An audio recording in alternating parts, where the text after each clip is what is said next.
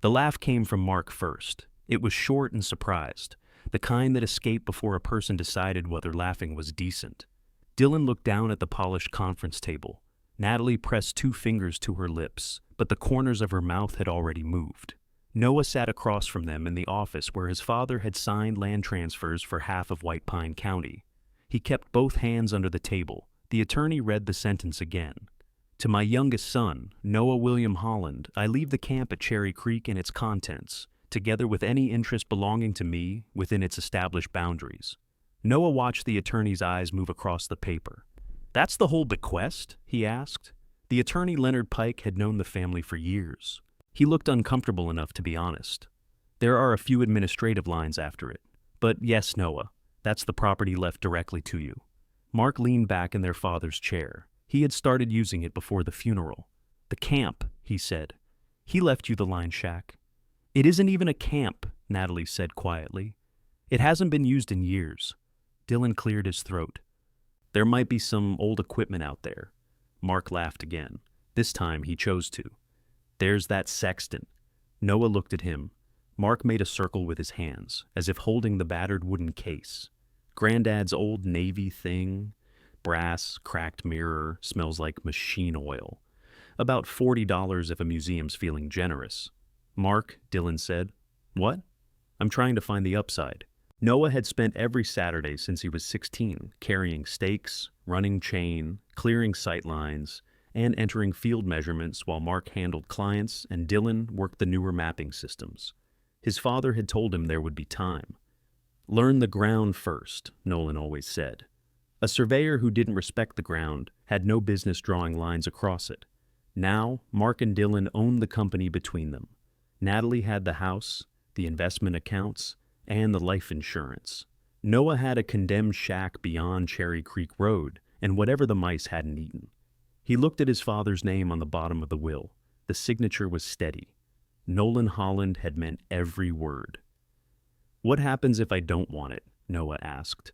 Nobody laughed then. Leonard folded his glasses and placed them beside the document. You can disclaim the bequest. It would return to the remaining estate.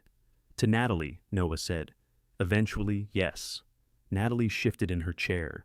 Nobody expects you to take on a ruined building. You're 20. You need somewhere safe to live and a way to finish school. I'm not in school. You could be. Mark leaned forward. We'll work something out. Dad made the will 3 years ago. Things changed. Noah waited. Mark looked toward Dylan, then back at him. The company's carrying debt from the expansion. We can't add another owner right now. It would make the financing messy. But there'll be a place for you. What place? On a field crew. I'm already on a field crew. Then nothing has to change today. Everything had changed, and they all knew it. 10 days earlier, Noah had been standing beside his father in frozen dirt near McGill, trying to drive a stake into ground that rang like concrete. The morning had started before sunrise. Nolan picked him up outside the small apartment Noah rented over a laundromat in Ely. The truck heater blew cold air for the first 5 minutes, and an empty coffee cup rolled under Noah's boots every time they turned.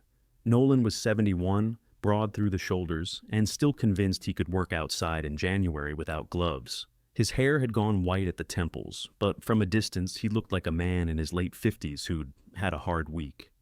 Mark says you missed the client dinner, Nolan said. I was fixing the level rod. That take all evening? No. Nolan waited. Noah rubbed a clear patch into the fogged side window. Mark doesn't want me at client dinners. He said that? He didn't have to. Nolan drove another mile before answering. Your brothers have different jobs. That's what everybody keeps telling me. You're good in the field, I know. You say that like it's an insult. Noah turned toward him. You don't have to be bad at something for people to keep you there. Nolan's jaw tightened. He looked ahead at the highway. The argument might have gone somewhere if they'd been any other family. In the Holland family, silence usually arrived before the truth and stayed until everyone went home. At the site, Nolan handed Noah the field book and walked the boundary with him. A contractor planned to build storage units along an old industrial parcel. The recorded description came from a survey William Holland had completed decades earlier, before satellite receivers and digital maps made people impatient with hand measurements. Noah found the first corner under a bent section of fence. How'd you know? Nolan asked. Granddad's note said 12 feet south of the drainage cut. The drainage cut moved. The basalt shelf didn't. Nolan brushed snow from the brass cap with his boot. For a moment, he smiled. You would have gotten along with him. Noah had heard that all his life. William Holland had died years before Noah was born, leaving behind a company, a stack of field books, and stories that changed depending on who told them. Mark remembered the grandfather who wore a tie to the office. Dylan remembered nothing because he'd been too young. Noah had no memory to protect. He knew William from faded photographs and from pencil marks pressed into old paper. He knew William had joined the Navy during the war, trained as a navigator, and later moved to Ely with a sextant he refused to sell. He knew he'd founded Holland Surveying and Title in the early 1950s with one truck and a borrowed transit. The sextant had sat for years in Nolan's office. Noah had opened the case once when he was about 18. The brass instrument was heavier than it looked. Its frame was dulled brown at the edges, and one of the small mirrors had a dark mark beneath the glass.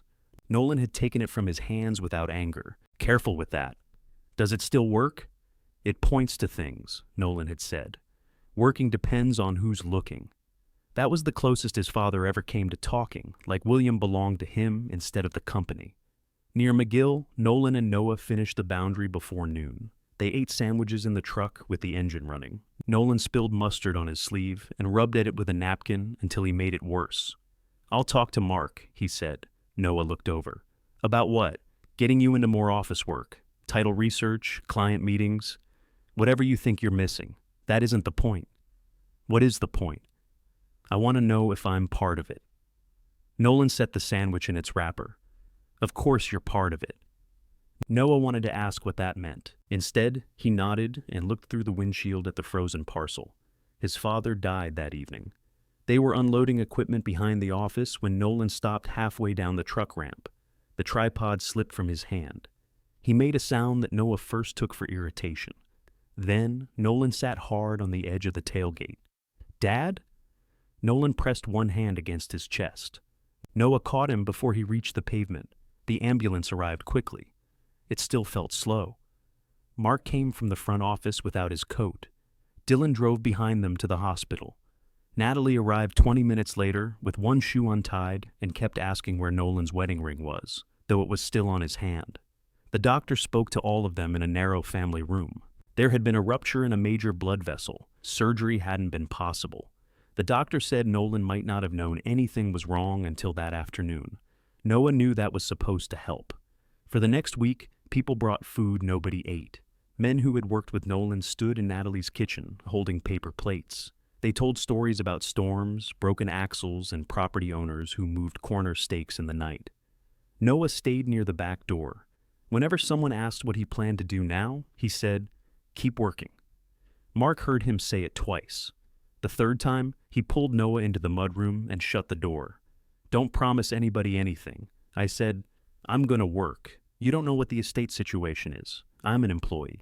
Technically, you were working under Dad's direct supervision. Noah stared at him. "What does that mean?" "It means we have to sort things out." "Who's we?" Mark lowered his voice. "Don't do this here." Dylan opened the mudroom door before Noah could answer. He took in their faces and stepped between them without making it obvious. "Natalie needs more ice," he said. There was plenty of ice. Dylan drove Noah to the gas station anyway. They bought 2 bags and sat in the car while the windows fogged. "Mark's scared," Dylan said. "Of me, of everything. The company borrowed a lot last year. For the office in Elko and new equipment, trucks, software. Dad wanted to grow." Noah watched a woman cross the parking lot with a cardboard tray of coffees. "Did you know about the will?" "No." "Do you own part of the company?" Dylan hesitated just long enough. "Dad told us he'd arrange something. Us. He didn't give details, but he told you and Mark." Dylan gripped the steering wheel. He'd always been the brother who wanted peace, mostly because peace let him avoid choosing a side. "I thought you were included." "No, you didn't. I hoped you were." That was closer to the truth. At the funeral, Noah carried his father's field compass in his coat pocket. It wasn't valuable and didn't belong to him. He had picked it up from the truck after the ambulance left and forgotten to return it. Natalie sat between Mark and Dylan in the front row. Noah sat beside Dylan. The order looked natural to everyone else. Afterward, Mark took Nolan's keys. He did it beside the hearse, while people were still walking to their cars. "We need access to the office," he said. Noah removed the ring from his pocket. The truck key, office key, equipment cage key, and Nolan's house key hung together beneath a worn leather tag. Mark held out his hand. Noah gave him the office key. "The rest can go to Natalie." "I'll handle it," I said. "I'll give them to Natalie." Mark's face changed, though his voice stayed calm. "Fine." Dylan saw the exchange from a few feet away. He looked toward the cemetery road, as if someone might need help finding the exit. 3 days later, they met in the conference room for the will reading. The office had once been a feed store. William bought it when the company started doing well, then divided the interior with wood-frame glass walls. Nolan modernized nearly everything else. There were wide monitors, electronic drafting tables, and a drone case locked in the equipment room. William's sextant remained on the shelf behind Nolan's desk. Noah saw it the moment he entered. Someone had moved the case. Dust marked the place where it used to sit. Mark was already in Nolan's chair. Dylan sat to his right with a legal pad. Natalie wore a gray sweater Noah remembered his father buying for her in Reno. Leonard Pike began with the ordinary instructions. Nolan's debts and final expenses would be paid. Natalie received the house and personal accounts. She also received most household property, apart from several named items. Mark and Dylan each received half of Nolan's ownership in Holland's surveying and title. Leonard paused after reading it. Noah thought there might be another sentence. There wasn't. Mark stared at the table as though this was solemn news. Dylan wrote something on the legal pad and crossed it out. Then Leonard read the Cherry Creek bequest. By the time they finished, the winter light outside had gone flat and gray. Natalie left first. She touched Noah's shoulder near the door. "You can stay at the house for a while," she said. "There's no rush." The house had been Noah's home until he turned 18. Natalie had never asked him to leave. She had only changed things one room at a time until being there felt like visiting. "Thanks," he said. "I'm okay." Dylan waited in the hall, but Mark remained behind. He lifted the sextant case from the shelf and set it on the conference table. The wood was dark, scratched, and worn pale along the corners. One brass latch had been replaced by a bent steel hook. A faded strip of tape on the lid carried William's name in block letters. Mark opened it. The sextant rested in a fitted wooden tray lined with green cloth. It looked less impressive than Noah remembered. There was dust around the handle, and the brass had gone nearly black in places. "Behold," Mark said, "the contents of Cherry Creek." "Stop," Noah said. Mark's smile faded. "I'm kidding." "No, you're making sure I understand." "Understand what?" "That you got the company. I didn't write the will." "You knew enough not to be surprised." Mark shut the case. "Dad had reasons." "What were they?" "You're 20 years old." Noah waited for more. Mark rubbed a hand over his face. For the first time that afternoon, he looked tired instead of important. "The firm isn't a prize," he said. "It owes money. We've got payroll next Friday, and 2 major contracts are behind. Dad didn't hand us a bag of cash. He handed you a place to stand. And he handed you property. A shack nobody has opened since before I was born. Then sell it. To who? That isn't my problem." The words settled between them. Mark heard what he'd said. He reached for the case, perhaps to put it back on the shelf. Noah took it first. The handle creaked under the weight. "I'll need the Cherry Creek key," Noah said. Mark stared at him. "You're not going out there tonight." "I didn't say tonight." "The roof's probably gone. There's no power. I know. There may not be clean water. It has a spring. It had a spring. Nobody's checked it in years." Noah held the sextant against his coat. "Where's the key?" Mark opened Nolan's bottom desk drawer. He searched through property tags, spare vehicle keys, and old plastic labels. At last, he found a long iron key tied to a wooden disc. Cherry Creek Camp had been burned into the wood. Mark placed it on the table. "You don't have to prove anything," he said. Noah picked it up. "Good." He walked out carrying the only inheritance his family considered harmless. The following morning, Holland Surveying's office manager called before 8. Her name was Beth Carson, and she'd worked for Nolan for 19 years. Her voice sounded careful. "Mark asked me to let you know the field schedule has changed." "What changed?" "He's holding crews until he reviews the active contracts." All the crews? A pause. Just yours right now. Noah sat on the edge of his bed. The Sextant case rested on the floor beside a stack of clean laundry. Am I fired? He didn't use that word. What word did he use? Pause. Noah looked around the apartment. The rent was due in 12 days. He had enough in his account for 1 month, maybe 2, if he stopped buying anything that came in a package. Did my father approve my last time sheet? Yes. Your check will be ready Friday. Thanks, Beth. Noah? Yeah? I'm sorry. He dressed in work clothes and drove to the office. Mark's truck was outside. So was Dylan's. Noah didn't go in. He crossed the lot to the equipment shed and opened his personal locker with a small key. His gloves were inside, along with a reflective vest, a field calculator he'd bought himself, and 3 sharpened pencils. The company radio belonged to the firm, so he left it. Dylan found him as he shut the locker. You could have called me. Would the schedule change? Dylan shoved his hands into his jacket pockets. Mark thinks it's better if everybody has space. Everybody seems to mean me. It's temporary. Is my name still on the employee list? Yes. Do I have a crew next week? I don't know. Noah picked up his canvas tool bag. Dylan glanced toward the office windows. Where are you going? Cherry Creek. Today? The property's mine today. Have you even seen it? Not since I was little. I barely remember it. Dylan stepped closer. At least let me come with you. Noah wanted to say yes. That was the difficult part. Dylan had taught him to drive a stick shift in an empty grocery store lot. He'd slipped Noah cash when their father forgot a birthday. He'd also sat silent while Leonard Pike divided the future. I need to see it alone first. Dylan nodded, but disappointment crossed his face. If the floor looks bad, don't trust it, he said. And check the chimney before you light anything. I know. Take water. I know, Dylan. All right. Noah bought groceries, 2 5-gallon water containers, batteries, roof tarps, a pry bar, and a box of heavy trash bags. At the hardware store, his debit card was declined because the bank had flagged the larger purchase. The cashier tried again, while 2 people waited behind him.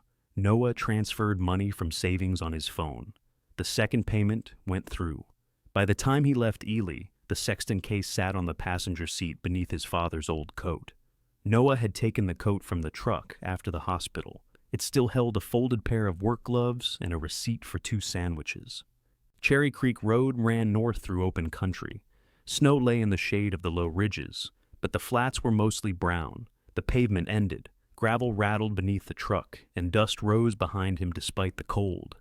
His phone lost service 12 miles out. He passed a leaning cattle gate and followed the directions attached to the deed.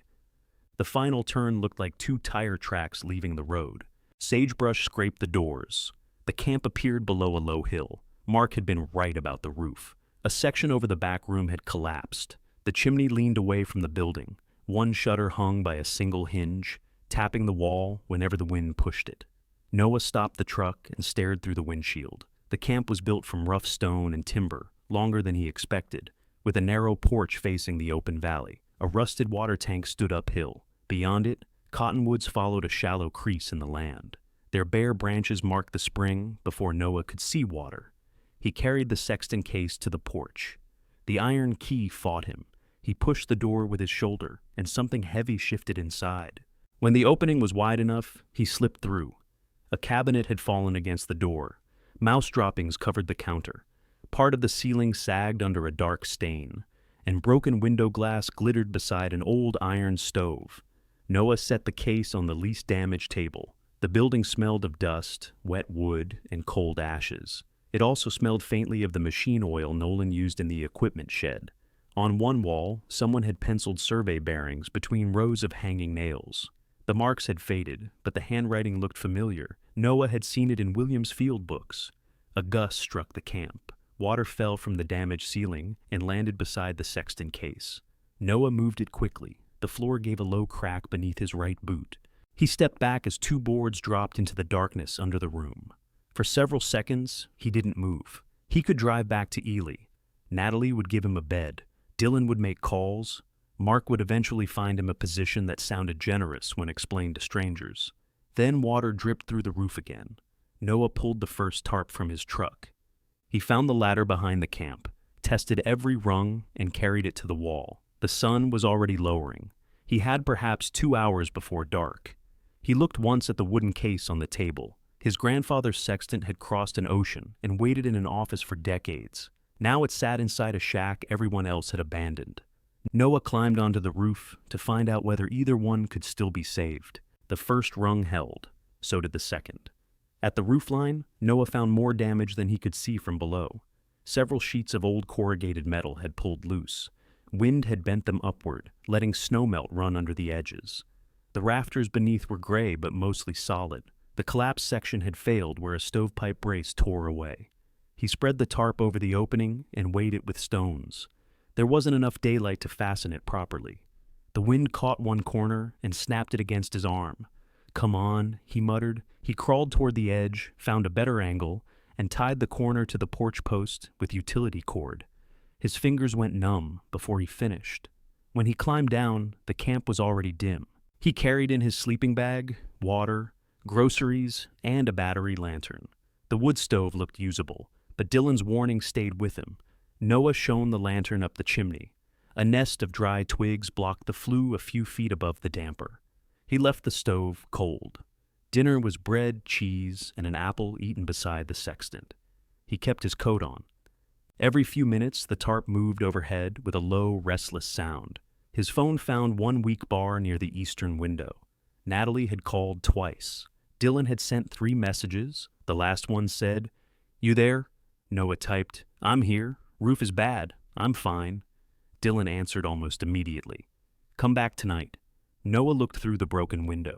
The road had disappeared into the dark. He wrote, "Tomorrow." He didn't say which direction he meant. Noah slept on the floor near the table. He woke often. Once, a mouse ran across a shelf and knocked down an empty jar.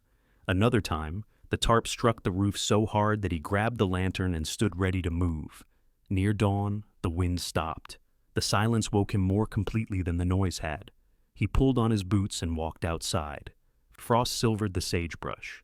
The eastern sky had begun to lighten, and the valley opened farther than he'd understood the night before. Low mountains stood on every side. The camp looked small among them, but not misplaced. Water moved somewhere uphill. Noah followed the sound through the cottonwoods.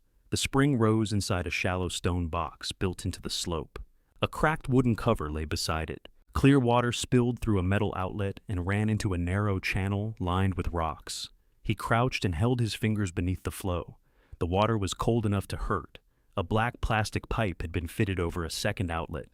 It ran north through the brush and passed beneath a wire fence. Someone had wrapped the connection with rubber and 2 hose clamps. The repair looked recent. Noah was examining it when a truck door slammed behind him. "Take your hand off that pipe." He stood slowly. A woman in a canvas coat came down the slope carrying a short-handled shovel. Her gray hair was tied at the back of her neck. Mud covered her boots to the ankles, and she moved with the steady balance of someone who spent more time on uneven ground than indoors. "I wasn't disconnecting it," Noah said. "You were touching it. I was checking the fitting." "Why?" "Because it's on my property." She stopped a few feet away. "That so?" He nodded toward the camp. "Nolan Holland was my father." The woman studied his face. Whatever she found there made her lower the shovel, though she didn't put it down. "I heard about Nolan," she said. "I'm sorry. Thank you. You're the youngest one." "Noah?" "Anna Fuller." He knew the name. Fuller cattle grazed north of the camp, and Nolan had mentioned a standing water arrangement that nobody seemed able to find in writing. Anna looked toward the tarp on the roof. "You sleep in there?" "Some of the night." "That roof has been bad since last spring." "It's worse now. I can see that." She walked past him and inspected the spring box. She lifted the pipe, checked its angle, and cleared a clod of leaves from the channel. "My cattle drink off this line," she said. "They have since before either of us owned anything. I'm not planning to shut it off. Plans change when people hear what water costs. I don't know what it costs. That helps." Noah wasn't sure if she was joking. Anna set the shovel against a cottonwood. "Your grandfather laid this pipe with my father. They shook hands on half the spring during dry months. Nolan honored it. I will too. You've been here one night. I can still say what I'll do." Anna looked at him for a moment. "You can say it. I'll wait on believing it." She replaced the cracked cover over the spring box. One side dropped into the water. "This needs a new lid," Noah said. "It needed one 3 years ago." "Why didn't you replace it?" "Because every time I fix something on another person's land, some attorney later calls it an admission." "You could have asked my father." "I did." That answer came without heat. It was worse that way. Noah helped her lift the cover clear. The wood broke in the middle and exposed a rusted screen beneath it. Anna knelt to check the screen. "Your tarp won't last through tonight," she said. "I know. Hardware store opens at 8. I bought what I could yesterday." "You bought one tarp and rope meant for tying down a cooler. It said utility cord. It lied." She stood and picked up the shovel. "Come by my place after breakfast. Red Gate, 2 miles north. I've got roofing screws and a roll of membrane left from the calving shed. I can pay you. You can help me clear the ice from my west trough. That's not equal. It will feel equal when you're doing it." Anna walked back to her truck. "Why are you helping?" Noah asked. She opened the door. "I need that roof to stay out of my spring." He looked from the camp to the water. "That doesn't make sense." "No," she said, "but it's early." Her truck climbed the track and disappeared beyond the ridge. Noah ate another apple while packing his belongings. He put the sleeping bag, lantern, and unopened groceries back in the truck. Then he stopped. He had told Dylan he would return tomorrow. He had told Natalie he was okay. He hadn't told either of them he planned to stay. Until that moment, he hadn't told himself. Noah carried everything back inside. He swept mouse droppings from one corner and laid his sleeping bag there. He placed his groceries in the metal cabinet after checking it for holes. Then he took the field compass from his coat pocket. It still belonged to Nolan's estate. Noah set it beside the Sextant case. He took a picture of both and sent it to Mark while the phone had service. "I found Dad's compass in my coat. I'll bring it back when I come to town," Mark called instead of answering. "You spent the night?" "Yes." Dylan said, "The roof's open. It's covered." "With what?" "A tarp." Mark exhaled. "Natalie's worried. She can call me." "She has." "I'll call her back. You don't need to live in a ruin because you're angry at me." Noah pulled a chair upright. One leg was split. "I'm not doing it because I'm angry." "Then why are you doing it?" He looked around the room. It wasn't yet possible to answer without sounding foolish. "Because it's mine." There was a pause. Mark lowered his voice. "The company may have records connected to that camp." "Okay. If you find field books, plats, client files, anything with Holland Surveying's name, you need to bring them in. The will says the camp and its contents. Business records aren't personal contents. Then send me a list of what's missing." "Noah, I'm going to fix the roof." Mark let out a tired breath. "You always do this." "Do what?" "Make everything a test." Noah thought of his 4 years on field crews, waiting to be invited into the room where decisions were made. "I didn't write the test," he said. He ended the call before Mark could answer. Anna's ranch house stood behind the red gate, low and square, with smoke rising from a metal chimney. 2 stock dogs watched Noah park. Neither barked. Anna came from a barn carrying 2 buckets. "You're late," she said. "It's 8:15. I've been awake since 4. That seems like your mistake." She gave him a quick look. "There might be some Holland in you." The west trough sat beyond a windbreak. Ice had built around the float valve, stopping the flow. Anna handed him a steel bar. "Don't break the tank. I know how water valves work. Everybody does until they break one." It took nearly an hour. Noah chopped around the valve while Anna carried loose ice away with a shovel. When water finally ran, one of the cattle approached and drank as though it had personally ordered the repair. Anna led him into the barn and pulled a roll of black roofing membrane from a loft. She added 2 boxes of screws, a driver, and a bundle of straight lumber. "This is more than we agreed. You haven't seen the other trough." He loaded the supplies. On the barn wall hung an old black and white photograph. 4 people stood beside a survey truck. A younger Anna held a plumb bob over a marked point, while William Holland looked through a transit. Noah stepped closer. "That's him." Anna followed his gaze. "Summer, I worked chain for your grandfather." "You worked for the company?" "For one summer. I was 18 and knew everything." "What was he like?" "Impatient. Exact. Bad at explaining why something mattered until you got it wrong." Noah smiled despite himself. "That sounds familiar." He'd make us run a line twice if he didn't trust the first reading, sometimes 3 times. Dad did that. Nolan learned it from him. Anna lifted the photograph from its nail and wiped dust from the glass. William kept that sextant in the truck, she said. Wouldn't let anybody touch it. Noah looked at her. The one from his office? If it's still in the wooden case. It is. Her hand went still on the frame. Your father kept it? Yes. Anna rehung the photograph carefully. I thought it was lost. Why? William's things scattered after he died. Nolan took the company. Other relatives took what they thought belonged to them. Who? That family was bigger before your time. She turned away to gather a coil of rope. What did William use the sextant for out here? He didn't, not for the surveys. It mattered to him for other reasons. What reasons? You'd have to ask him. I can't. I know. Anna carried the rope outside. Noah followed. By noon, they were on the camp roof. She made him remove the tarp and every loose sheet of metal. They cut away damaged wood, sistered new boards beside the weakened rafters, and laid membrane beneath the corrugated panels. Anna worked without wasting movement. She also disagreed with nearly everything Noah suggested. That board's still good, he said. That board's wet flour. It held me last night. So would a bad decision, for a while. He replaced the board. They stopped once to eat sandwiches on the porch.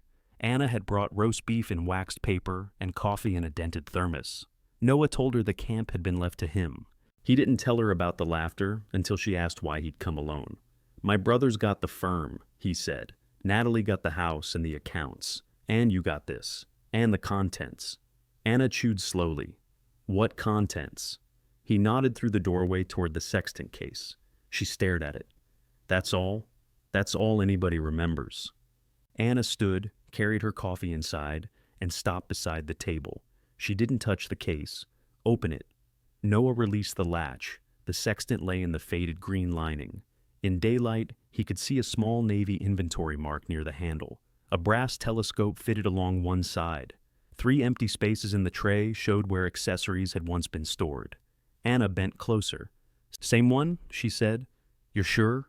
William scratched that mark near the arc. Noah saw 2 crossed lines cut into the brass.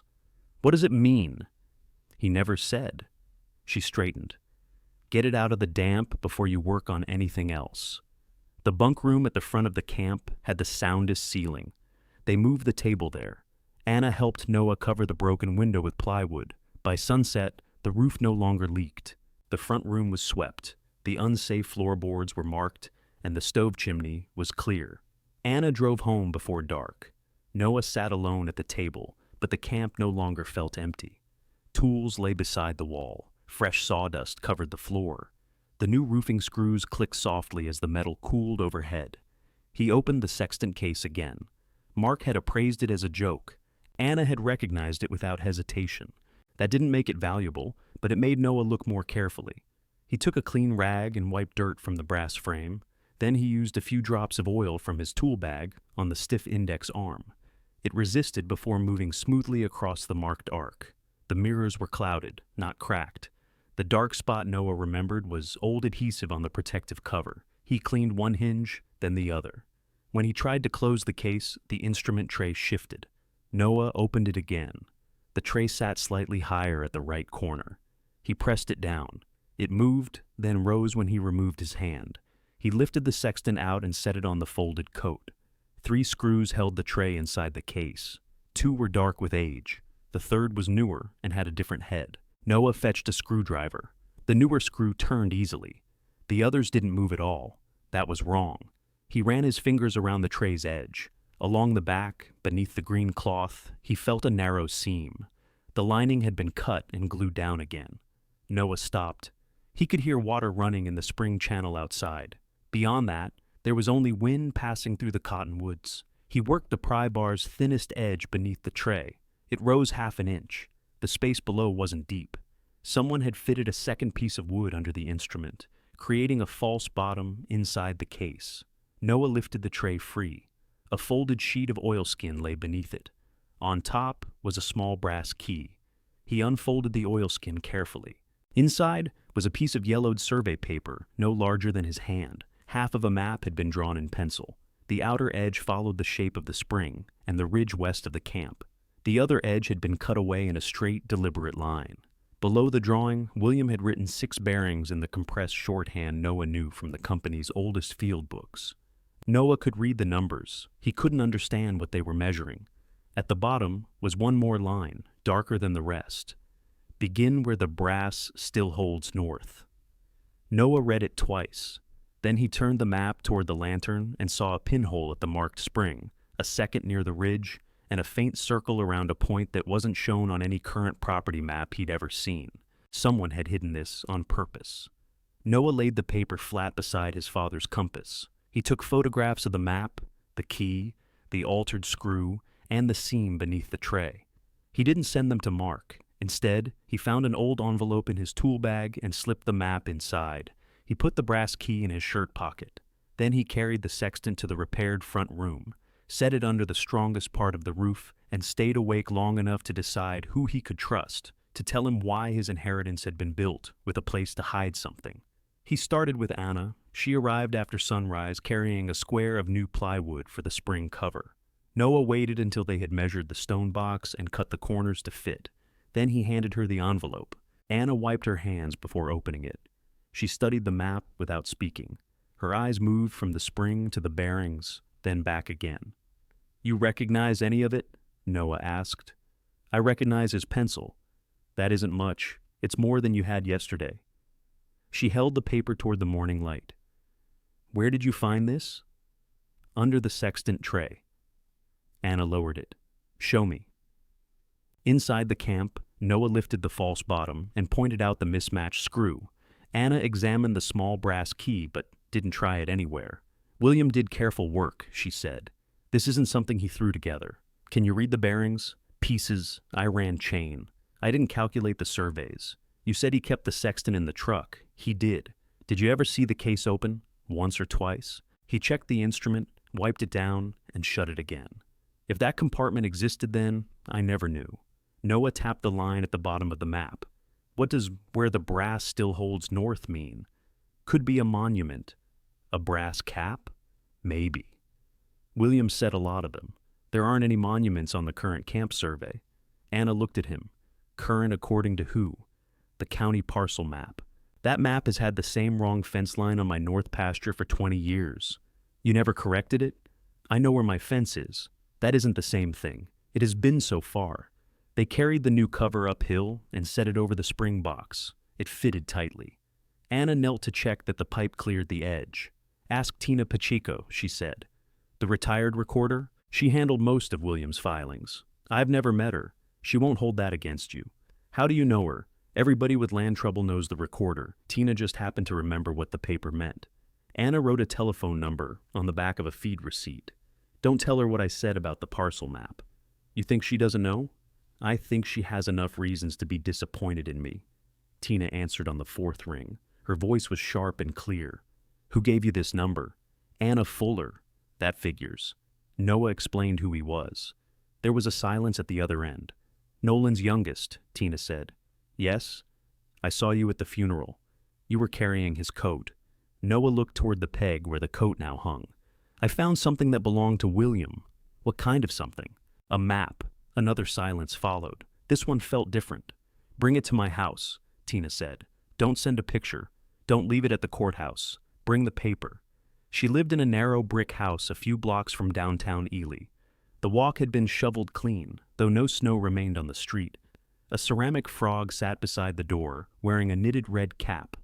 Tina Pacheco was 81, small, straight-backed, and dressed as if she still expected to report to the recorder's counter. She wore a blue cardigan and dark trousers with a crease down the front. She let Noah in, locked the door behind him, and held out her hand. The map. "Hello to you, too." "I said hello at the funeral. You said you saw me. That counts at my age." Noah gave her the envelope. Tina led him to a dining table covered with newspapers, reading glasses, and envelopes sorted into neat piles. She unfolded the survey paper and put on a pair of glasses. The change in her face was slight. Her mouth tightened. Her fingers held the edges more carefully. "You know the handwriting?" Noah asked. "I logged enough of it." "What is this? Part of a private field sketch?" "Private for what?" "If I knew that from looking, it wouldn't have needed hiding." He set the brass key beside the map. Tina picked it up and turned it over. A tiny number had been stamped into one side. Does that mean anything? It means somebody wanted to know one little key from another. Tina. She glanced up at him. You're impatient. My father died. My brothers got the company. I got a shack and found this under a false bottom. I think I've been patient. Tina removed her glasses. Did anyone tell you William had a brother?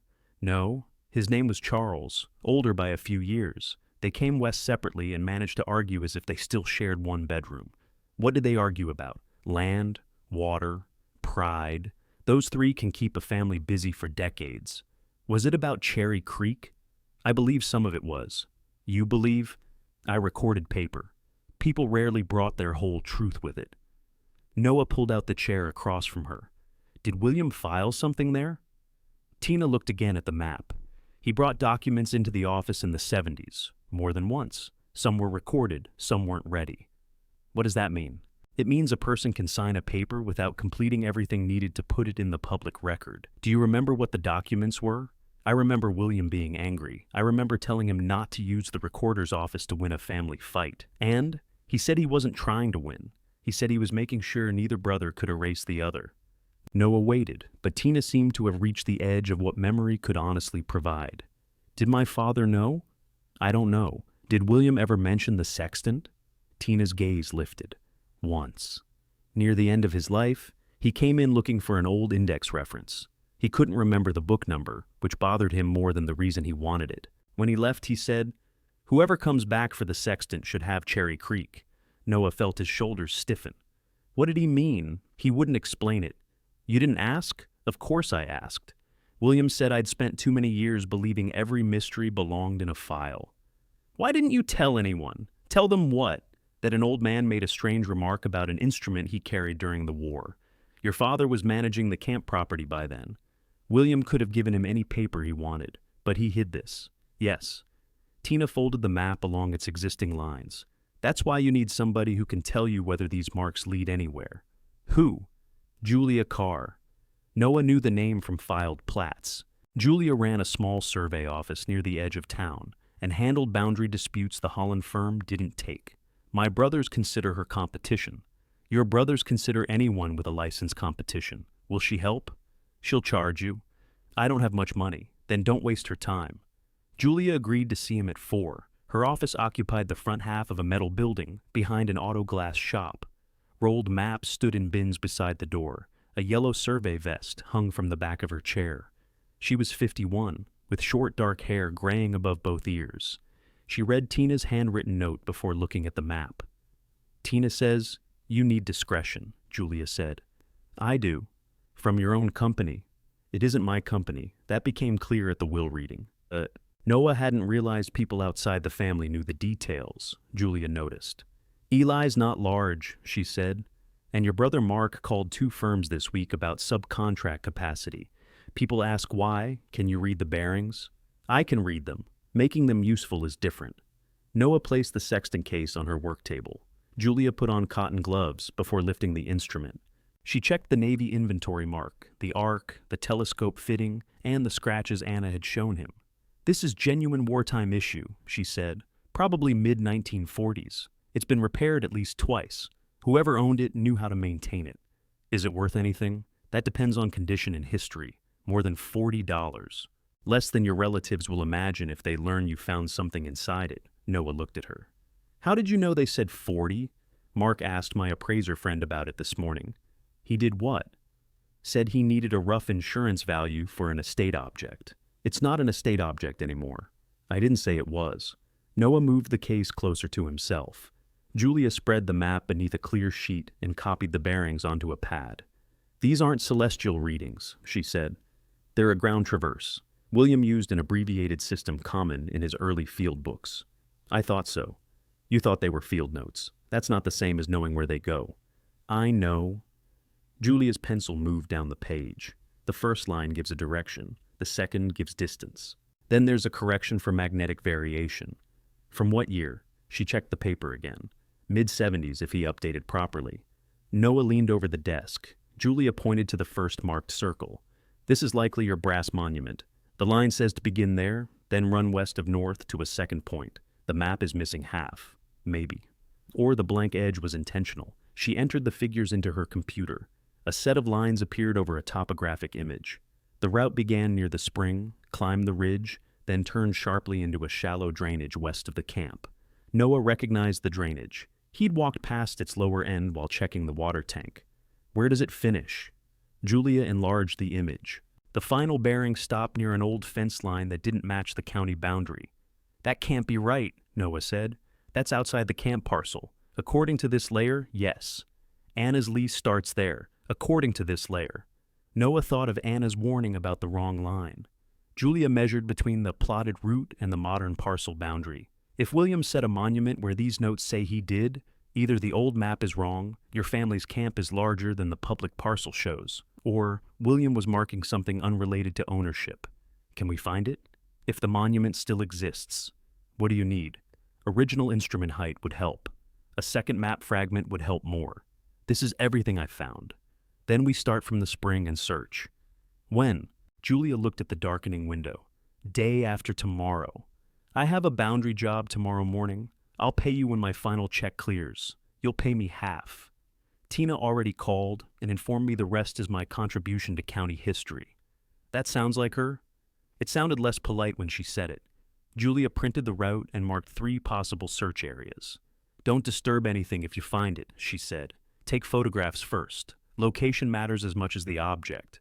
Noah folded the printout. Who else knows? You, me, Tina, and whoever saw William make the map. Anna. You told Anna? She's helping with the camp. Julia nodded, but her attention had shifted to the front window. A familiar pickup had pulled into the lot. Dylan got out. Noah put the original map inside his coat. Julia covered her notes with a blank sheet as the office door opened. Dylan glanced from Noah to the Sextant case. I've been calling you. My phone doesn't work at the camp, so I drove out there. You went inside? The door was unlocked. Noah knew he had locked it. Dylan kept talking. You weren't there, and your truck was gone. I thought something happened. How did you know I was here? I saw your truck. From where? The main road. Julia removed her gloves. Can I help you with something? Dylan looked embarrassed to be challenged by someone outside the family. No. Family issue. Noah's my client while he's in this office. Dylan's eyes returned to the case. Mark heard you might be getting the Sextant appraised. Mark made the appraisal call. He's trying to prepare the estate inventory. It was specifically bequeathed. I know. Then why was he asking? Dylan pulled out a chair but didn't sit. Things are tight at the firm. Mark's checking every asset. This isn't one. I said I know. Noah watched him. Did you touch anything at the camp? No. The door was locked. Maybe you thought you locked it. I didn't. Dylan's face closed. I went out because I was worried about you. That's all. He left without asking Noah to follow. Julia waited until his truck drove away. He looked at the map under my clear sheet, she said. It was covered. The bearings were visible through the back. Noah turned the sheet over. She was right. He couldn't read them. He grew up in a survey company. Noah packed the Sextant and drove straight to Cherry Creek. Night had fallen by the time he reached the camp. He swept his headlights across the porch before getting out. The door stood closed. The iron key turned without resistance. Inside, his lantern sat where he'd left it. The envelope holding the map photographs remained under his tool bag. Nothing obvious was missing. Then he saw dirt on the newly swept floor. A line of boot prints crossed the front room, past the table where the Sextant had been, and continued through the damaged back room. Noah followed them outside. The prints climbed toward the spring, circled the new wooden cover, and turned west toward the ridge. They matched the square tread on Dylan's work boots. Noah stood beneath the cottonwoods, listening to the spring run through the dark. Dylan hadn't come to check whether the roof was safe. He had come looking for whatever Noah had found. He took photographs before the wind softened the tracks. One set entered from the road. The same boots crossed the porch, moved through the camp, and climbed toward the spring. Beyond the cottonwoods, they became harder to follow. Dylan had walked over bare rock where he could. He'd known enough to avoid leaving a clean trail. Noah stopped at the lower ridge. Several stones had been pulled from a low pile beside the drainage. Pale dirt showed where they had rested. One rock lay upside down. its damp underside exposed to the cold. He crouched and photographed the disturbed ground. Dylan had searched here, but Noah couldn't tell whether he'd found anything. Back at the camp, Noah locked the map inside the metal food cabinet and wedged a chair beneath the door handle. He slept badly, waking at every change in the wind. In the morning, he called Dylan. "Did you move stones on the ridge?" Dylan answered too quickly. "What stones?" "The ones you walked out to find." "I told you. I was checking the property." "At night?" "It wasn't night when I got there. You said you were worried about me." "I was. You also said you didn't touch anything." "I didn't take anything." Noah gripped the phone. "That isn't what I asked." A truck passed Dylan at the other end. His voice dropped beneath the road noise. "Whatever you found belongs to Dad's estate until Leonard says otherwise." "No. The camp and its contents were left to me." Mark doesn't agree with that interpretation. Mark doesn't own every piece of paper with Holland written on it. "Noah, listen to me. If Granddad hid company records out there, you can't just keep them. You don't know there are records." Dylan went silent. Noah had his answer. "You saw the bearings," he said. "I saw an old sheet of paper. And you came out here to follow it. I came because Mark thinks you're trying to establish some claim before probate closes."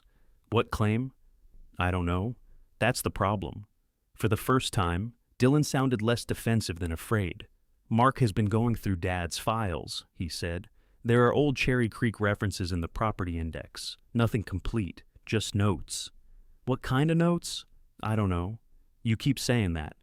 "Because I don't know. Mark won't show me everything." Noah looked at the iron key in the door and remembered Mark finding it in Nolan's desk without needing to ask where it might be. "Did Mark send you?" "No." "Does he know you searched?" Another silence. "I have to go," Dylan said. He ended the call. Anna arrived before Noah could call her. She carried fencing pliers and a sack of mineral salt over one shoulder. "You've got tire tracks that aren't yours," she said. Dylan came out. "Helpful visit?" He searched the camp and walked the ridge. Anna set down the salt. Noah showed her the photographs. She recognized the disturbed stones immediately. "That pile marked the old path," she said. "It wasn't much of a cairn. Was it here when William worked the property?" "It was here when my father leased the north pasture." "That doesn't mean William built it." Dylan thought it mattered. Dylan thought loose rocks might contain a fortune. He saw the bearings in Julia's office. Anna's expression hardened. "Then, we don't wait until tomorrow. Julia said not to disturb anything." "I didn't say disturb it. I said we look." They climbed to the ridge together. In daylight, Noah could follow more of Dylan's route. Boot scrapes crossed patches of frost. A snapped rabbit brush branch pointed toward the drainage. Anna checked the scattered stones, and then walked a slow circle around them. "He didn't know where he was going," she said. "How can you tell? He searched uphill first. If he knew William's habits, he would have started where he could see the spring." Noah stood on the flattest rock and looked down. The cottonwoods hid most of the stone box, but the camp roof showed clearly through the branches. Beyond it, the road curved east. Anna moved toward a stand of bitterbrush. There used to be a marker somewhere along here, not a boundary corner. William called it a turning point. "A brass marker?" "I never saw the top. We set the rod over it once." "During your summer with him?" "Yes." "Why didn't you mention it yesterday?" "Because I hadn't thought about it in 40 years. She stopped beside a shallow depression. "Could have been here. Could have been 20 yards away." Noah knelt and brushed loose soil with his glove. He found gravel, roots, and one rusted bottle cap. They searched for an hour without moving anything larger than a fist. Nothing appeared. Anna looked toward the sun. "I have a delivery coming." "Go." "I'll keep looking." "No." He was here alone, and he found nothing. "You don't know that." "Neither do you." "That's why Julia is coming with equipment." Anna picked up her sack of salt. "Do something useful until then." Noah spent the rest of the day replacing the broken floorboards. The work helped because every board had an answer, rotten or sound, level or not. Cut it too short, and the gap showed. Fit it properly, and he could stand on it. By evening, the front room had a clear path from the door to the stove. He laid 2 salvage boards across the broken section in back and marked them with red paint so nobody would mistake them for a finished repair. He checked the metal cabinet 3 times before sleeping. The next morning, Julia arrived in a white utility truck carrying a receiver, a tripod, a metal detector, and enough orange flagging to make the sagebrush look festive. Tina rode in the passenger seat. Noah opened the door for her. "I thought you were staying in Ely," he said. "I thought you needed someone to identify William's notes." "Julia has the notes. Julia is 51. She wasn't in the recorder's office in 1976. Julia unloaded the tripod. I stopped arguing 20 miles ago. Anna came down from the spring carrying the new cover's broken predecessor. What's Tina doing here?" "Preventing you from misremembering things," Tina said. "I remember you losing my easement file. I remember finding it under the stack you insisted you never touched." Noah took the old cover from Anna before the discussion widened. Julia set her receiver over the spring box. She checked the map, entered William's first bearing, and sighted toward the ridge.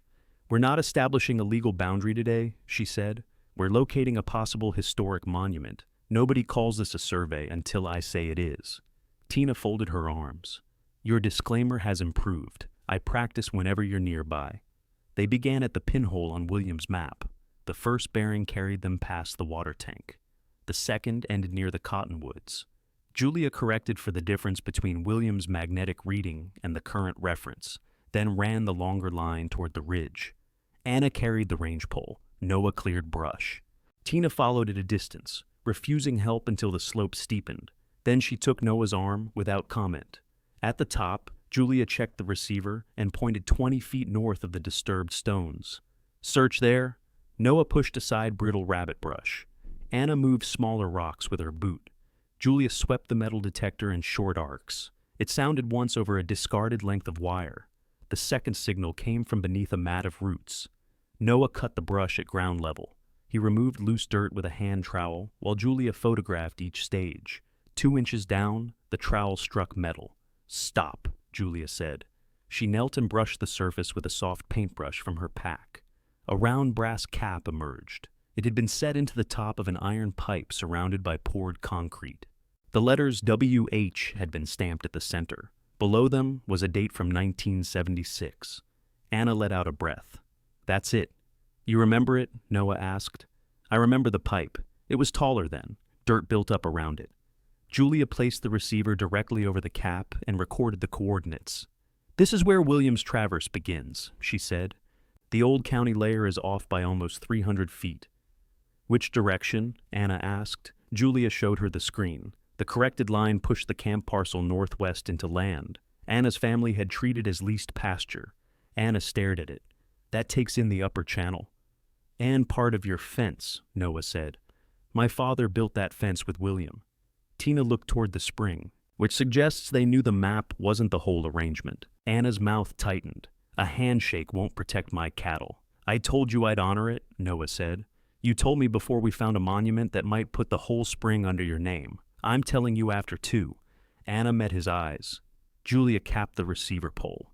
"Before anyone starts dividing water, we need to finish the traverse." The next 2 bearings carried them down the western side of the ridge. William's distances matched the ground closely. The final turn ended at a shallow shelf above the drainage. There was no marker, only a scatter of stones, juniper roots, and an old fence staple driven into dead wood. Dylan's boot prints crossed the shelf. "He came this far," Noah said. Anna pointed to a fresh scrape on a flat stone. "He moved that." The rock had been dragged aside, exposing packed soil. 2 more stones lay below it. Their pale faces showed they had recently been turned. Noah's stomach tightened. He found the place. "If he had found what he wanted, he wouldn't have put any rocks back," Tina said. Julia photographed the shelf and Dylan's prints. "William's last notation says, 3 rods, south face," she said. "3 rods from where?" Noah asked. Julia looked uphill at the fence staple. "Possibly that." They measured from the dead juniper. The distance ended below a low stone cairn built into the bank. From above, it looked natural. From the drainage, Noah could see the rocks had been fitted to create a dry pocket behind them. Dylan had disturbed the wrong pile by less than 40 feet. Noah knelt. Julia stopped him before he touched the stones. "Photographs first." She documented the cairn from every side. Then Noah removed the top rock. The second stone had a shallow groove cut across it. Beneath the third was a steel plate, red with surface rust, but still solid.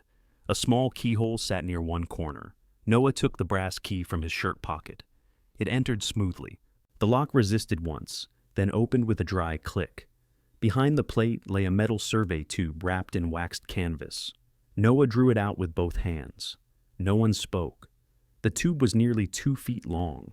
One end had been sealed with threaded brass and covered in hardened grease.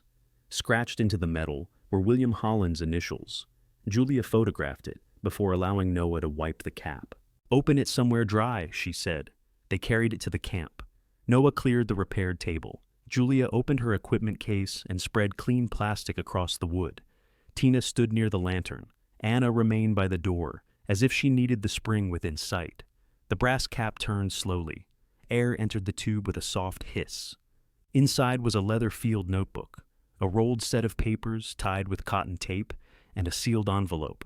Noah removed the notebook first. William's name was written inside the cover. The first dated entry matched the year stamped on the monument. Page after page recorded measurements from the spring, the ridge, and a parcel larger than the one shown on current county maps.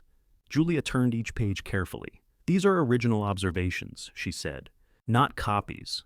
Noah untied the rolled papers. The top document carried an old state form heading. Beneath it, in William's handwriting, were the words Cherry Creek Spring, point of diversion and beneficial use. A second paper described a homestead parcel by bearings and distances. Several signatures appeared at the bottom. One belonged to William, another was Charles Holland's. Tina pulled her glasses lower. "I remember this form." "You recorded it?" Noah asked. "No, not this copy. It has a filing stamp. It has an intake stamp. That proves it reached the office. It doesn't prove the final record was completed. What does it prove? That William wasn't merely drawing private lines in the dirt." Noah looked at the sealed envelope. His name wasn't on it, neither was Nolan's. William had written only 4 words across the front. "For the one who looked." Noah slid a finger beneath the flap, then stopped. Through the paper, he could feel several folded pages. The map had not been a keepsake. The sextant had not been stored by accident.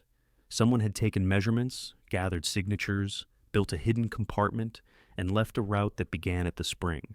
Noah had thought he was protecting the one thing his family didn't want. Now he understood that they had all been standing around something William had gone to great trouble to keep from being claimed by the wrong person. He opened the envelope. The first sheet had been written in William's square field hand. The date at the top was from late 1997. If this paper is being read, then somebody kept the sextant and followed my work instead of selling it or putting it behind glass. Noah paused there. Tina pulled out a chair. Anna came closer to the table. He continued. William wrote that Cherry Creek had once joined him to his older brother, Charles, before it divided them. Their argument began over grazing access and the spring. Charles believed that the water should remain available to ranchers who had always depended on it. William believed an informal promise could be erased the moment one brother died. Neither man trusted the other to protect what they both claimed to value. In 1976, William surveyed the full spring parcel and took a water claim to the recorder's office.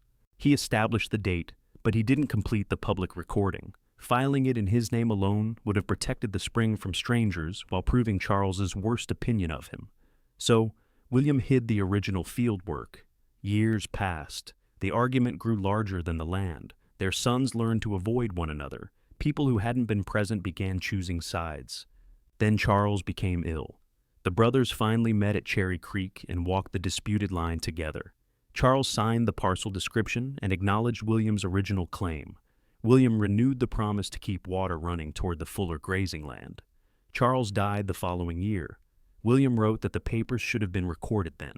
He couldn't bring himself to do it. Recording them after Charles died felt like winning an argument the two men had finally agreed to stop having. The next part had been crossed out, then written again. I held the proof too long. That was my fault. I told myself I was preserving it. Some days I was only afraid of what my family would do once they knew the spring had value. Noah looked toward Anna. She nodded once. Keep reading.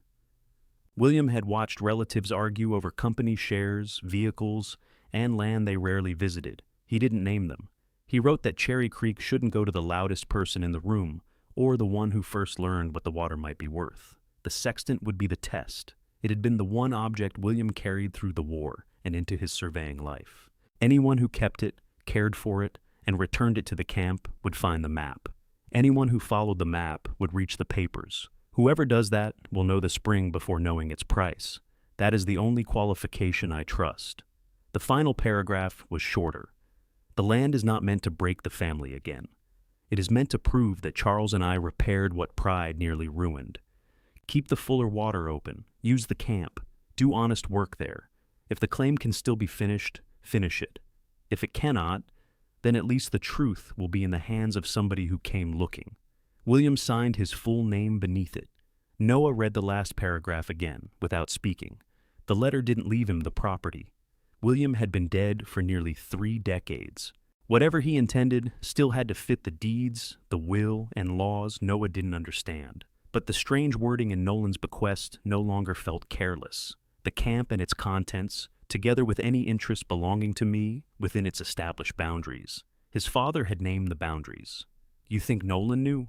Tina said. "I think he knew something. Enough to write that sentence. Why didn't he tell me?" Tina folded her hands over the head of her cane. "That question isn't in the tube." Anna looked at the papers bearing Charles's signature. "My father never told me any of this." "He may not have known," Tina said. "He knew about the handshake. That isn't the same as knowing 2 Holland brothers nearly buried each other over it." Julia set the letter inside a clear document sleeve. "No more bare hands on any of these," she said. "We need copies, photographs, and a clean record of where each item came from."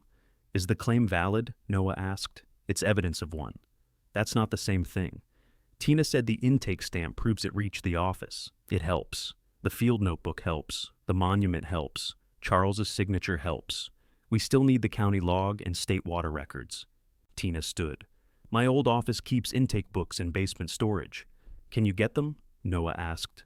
"I'm retired. I can request access like everybody else." "How long?" "If I ask politely, 2 weeks. If the current recorder remembers who trained her, perhaps 2 days." Anna looked at the spring through the window. "Until then, nobody changes that pipe." "No one was going to," Noah said. "Your brother walked the ridge before he understood what was there. I'm saying it plainly now. I'm not shutting off your water, and if the firm takes the land, they won't." "You don't know that." She wasn't accusing him.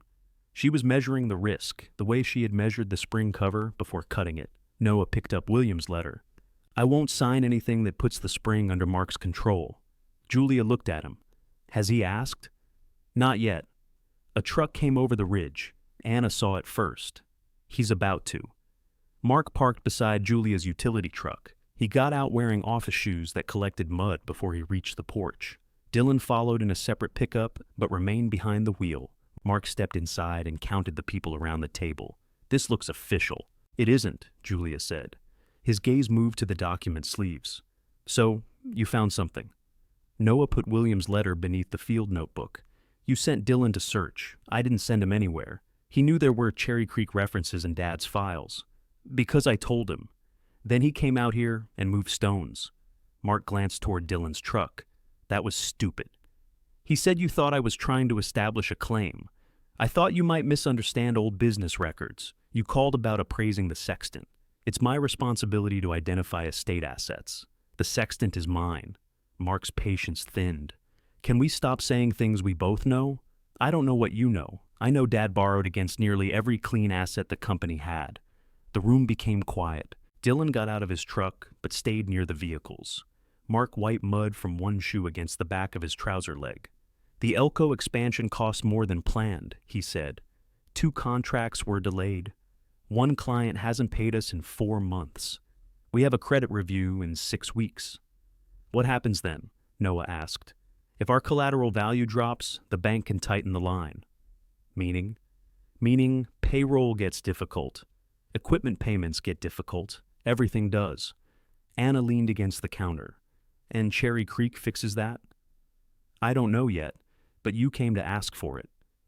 Mark looked at Noah. "If those papers establish an older and larger parcel, it should be evaluated with the company's property holdings." "It isn't company property. Granddad surveyed it using company time and equipment. He founded the company. All his time was company time. That argument won't help you. I'm not arguing." Mark pulled a folder from inside his coat and placed it on the table.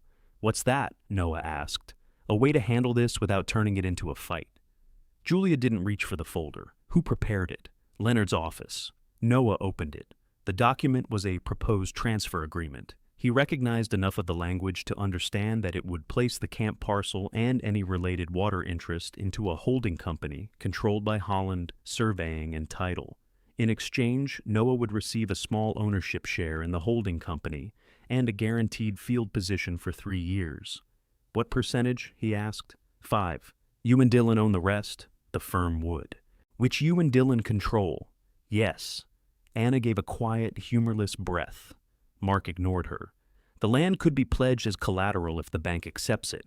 The company gets breathing room. You get a real stake, a salary, and protection from legal costs. What happens to the Fuller water?" "We'd review all arrangements. That means nothing. It means I'm not making permanent promises before I see the records." Noah closed the folder. "You came here asking me to trust you with something you haven't read. I came because I know what's at risk. The company. People's jobs, Noah. Beth's job. Every crew you worked beside. Their mortgages, their families. You paused my crew the morning after the will reading. Because we were losing money, you paused me. Your crew had the least scheduled work. Then why offer me 3 guaranteed years now?" Mark's eyes moved away. The answer was in the folder. Noah's labor had never been the asset Mark wanted.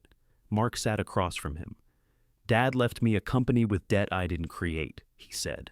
"Everyone looks at the office, trucks, and contracts and thinks Dylan and I were handed something easy. We weren't. If we fail, we'll be the brothers who lost what Granddad built." There it was. Not only money, not only control. Mark was afraid of becoming the Holland who let the firm end.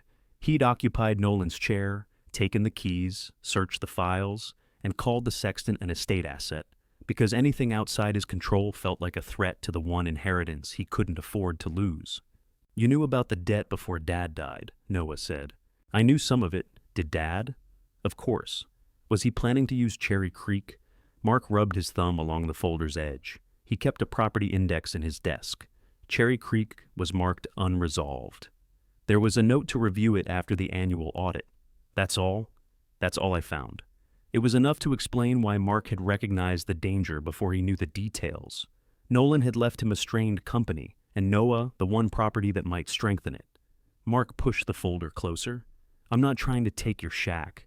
You're trying to take anything attached to it. I'm trying to keep the firm alive." Noah opened the folder again and slid it toward Julia. "Can you copy this?" Mark stood. "That's a private offer. It was made to me. You don't need to turn every conversation into evidence. Dylan entered my property and searched it. You arrived with transfer papers before I knew what I found. I think evidence is useful." Mark's face reddened, but he didn't raise his voice. "The offer expires Friday." "No," Noah said. "You haven't had anyone review it. I don't need the week." Mark looked from Noah to the field notebook. "What did William leave?" Noah held his gaze. "A reason not to sign." For a second, Mark seemed ready to reach across the table. Then he straightened his coat. "Dad's estate isn't settled," he said. "Remember that before you file anything."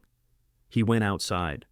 Dylan opened his truck door for him, but Mark walked past and got into his own vehicle. The brothers drove away separately. Anna watched until both trucks disappeared.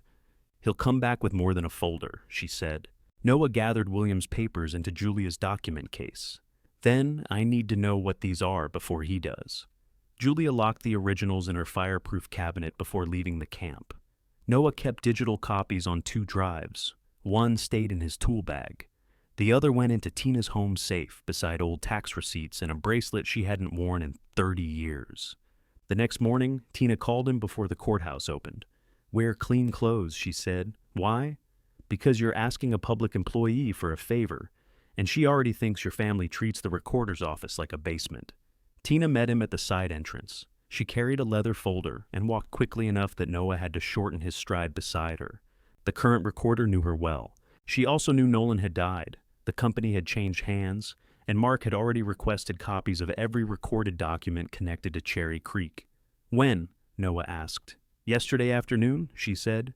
Tina gave him a look that said surprise was wasting time. They went downstairs. The storage room smelled of paper and concrete dust. Bound intake ledgers filled shelves along one wall. Tina located the year without consulting the labels. Applications came in here, she told Noah. The clerk entered the date, the person presenting it, the property reference, and where it was sent next. Were you the clerk? I was one of them. She opened the book on a rolling table and turned through yellow pages protected by thin tissue. Halfway down one page, she stopped. William Holland's name appeared in blue ink. The entry listed Cherry Creek Spring, a homestead parcel reference, and a water application number. Beside it was the exact date stamped on William's paper. The final column showed that the application had been forwarded to the state engineer's regional office for review. Noah read the line twice. That's your handwriting. It was better then. Why didn't you remember the number? I processed hundreds of filings every year. Memory isn't evidence. She pointed to a small notation beneath the number. What does that mean? Supplemental field description received. The notebook? Possibly a copy of it. William may have delivered his measurements later. So the state got the application. The ledger says the county sent it. But it was never recorded here. Not as a completed certificate. That doesn't mean it disappeared at the state. The recorder made certified copies of the page, the cover of the ledger, and the index showing its date range. Noah paid the fee from what remained of his savings. Tina watched him fold the receipt. Keep that too, she said. It's a $12 receipt. It establishes when you requested the record. You really did spend 50 years doing this. I spent 50 years watching people wish they'd kept the small paper. Upstairs, Mark stood at the public counter. He wore the same dark coat he'd worn to the camp. A stack of copies lay beside his hand. He saw Noah's leather folder, and then Tina. Busy morning, Mark said. Tina continued toward the exit. Noah followed. Mark called after him. Leonard needs an inventory of whatever was in that tube. Noah stopped. How do you know there was a tube? Mark's eyes shifted toward the clerk behind the counter. Dylan mentioned a metal container. He wasn't there when we opened it. He went back. Noah understood. Dylan had searched the property again after finding the boot prints, or he'd watched from the road while Julia's truck stood at the camp. Tell Leonard to send the request in writing, Noah said. Mark lowered his voice. You're making this more expensive for everybody. Noah held the folder against his side. That's what people say when they want someone else to stop checking. He left with Tina. Julia spent 2 days comparing William's notebook with her measurements. She checked the paper, binding, pencil impressions, and sequence of the field entries. She also contacted a naval instrument specialist using photographs that didn't show the hidden documents. When Noah returned to her office, she had prepared a signed report. The sextant is genuine, she said. The case is from the same period, though William modified the tray later. Tool marks on the false bottom are old. Nothing suggests this was built recently. And the field work? The notebook matches the physical monument and the route to the cairn. Several measurements include minor errors that appear in both places. Errors help, honest ones do. If someone invented the notebook after finding the monument, they'd probably make the numbers cleaner. She showed him an enlarged photograph of the brass cap. A shallow dent appeared near the stamped date. The same dent was drawn beside William's monument notation. Julia added Tina's certified ledger page to the report. This proves William established the route and submitted an application, she said. It doesn't tell us what the state did with it. Who can? A water rights specialist? An attorney? Eventually. First, someone who can find the application without billing you for learning where to look. Julia gave him Evan Franklin's office address in Elko. He brokers agricultural water and grazing properties, she said. He knows the old files. How much will he charge? I already asked. Noah waited. One consultation. He'll defer the fee if the claim is marketable. And if it isn't, you owe him for 2 hours. Noah checked his bank balance in the parking lot. His final company paycheck had cleared. After rent, fuel, and materials, he had enough for 2 hours if Evan didn't charge the rates Noah feared. He called his landlord and gave notice on the apartment. You're sure? The landlord asked. February's not the month I'd choose to move into the country. I'm sure. Noah wasn't sure the camp could become a home. He was sure he couldn't keep paying for a room he visited only to shower. He left for Elko before dawn the next day. Anna rode with him. She brought a thermos, 2 boiled eggs, and a folder containing feed bills and photographs of cattle drinking from the spring line. What are those for? Noah asked. Proof of use. Evan didn't ask. He hasn't met me.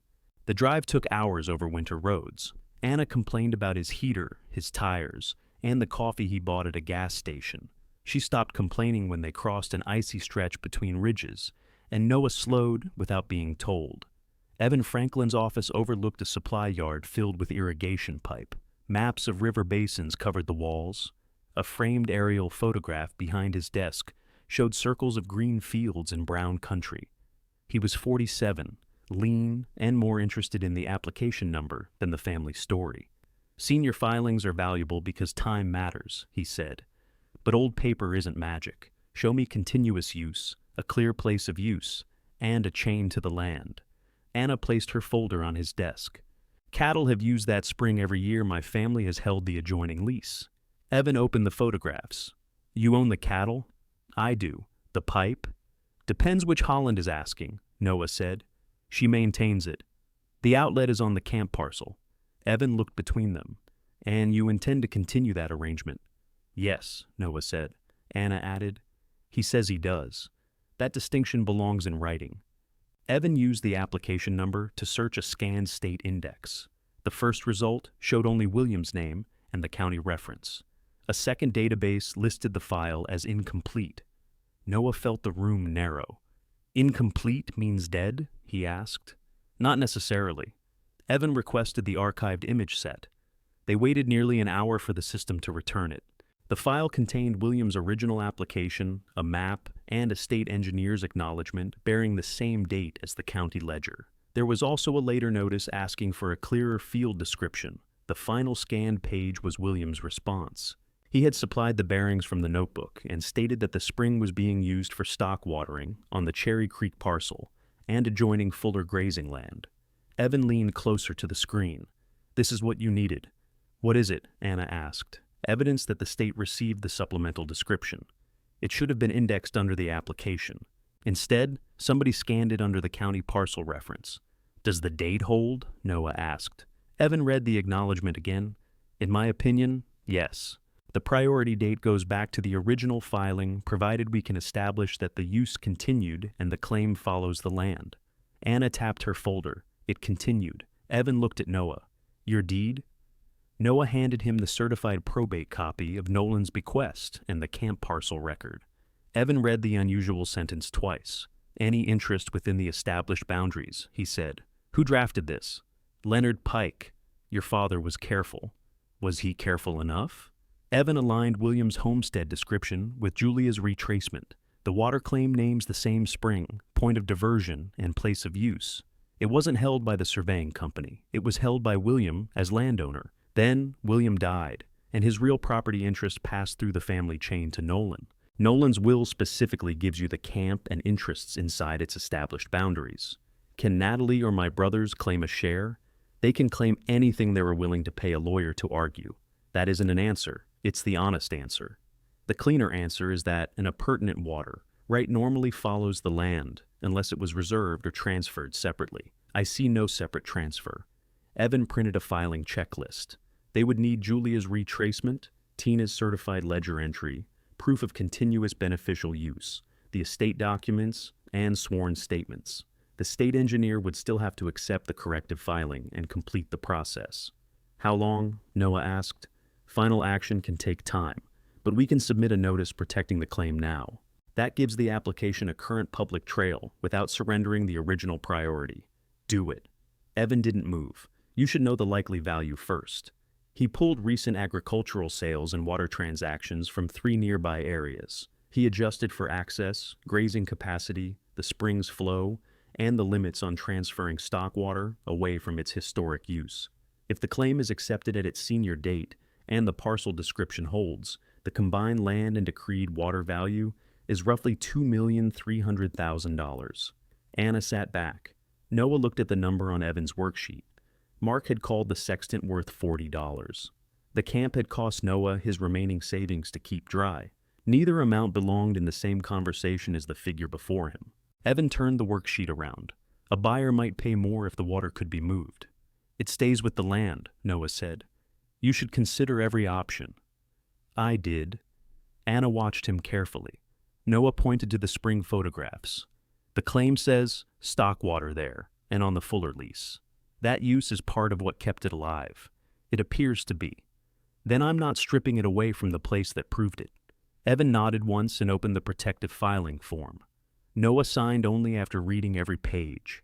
Anna signed a declaration describing the spring's continuous use. Julia sent her report electronically. Tina's certified ledger copy completed the filing packet. Evan submitted it through the state system while they sat across from him. A confirmation number appeared on the screen. He printed 3 copies and stamped the time on each. "This doesn't end a dispute," he said. "It gives you something solid to carry into one." Noah placed the confirmation beside William's map. The Sextant case had held more than directions across a ridge. It had led him through a chain of people, records, and physical marks until the old promise could be proved without asking his family to believe him. He put the papers in his folder and closed it. For the first time since the will reading, Noah held something Mark couldn't reduce to a joke or take control of by sitting in their father's chair. By the time they reached Ely, the courthouse had closed. Noah took the filing confirmation to the camp and locked it with the originals. The next morning, he made copies for Leonard Pike and sent them by certified mail. He didn't send anything to Mark. 3 days passed without a call. Noah and Anna repaired the chimney brace, replaced the broken window, and framed the collapsed section of the back room. The work was slower in the cold. Lumber warped. Screws fell into the dirt. The generator quit whenever its fuel line iced. On the 4th afternoon, a courier drove up Cherry Creek Road carrying a thick envelope. Natalie had filed a probate contest. She filed it on the 58th day of the 60-day window. Her petition argued that the water claim had never been listed as part of the camp. Since its value had been unknown when Nolan signed the will, she said it should be treated as a separate estate asset. If the court agreed, it would pass under the remaining estate and be divided according to Nolan's other instructions. Most of that remaining estate belonged to Natalie. Mark filed a supporting statement the same day.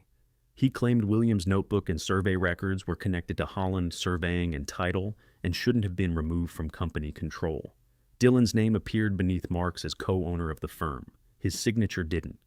Anna read the petition at the repaired table. She says she isn't challenging the camp. No, just the spring, the claim, the notebook, and anything else that matters. She wants you to keep the walls. She can say Dad treated the water separately.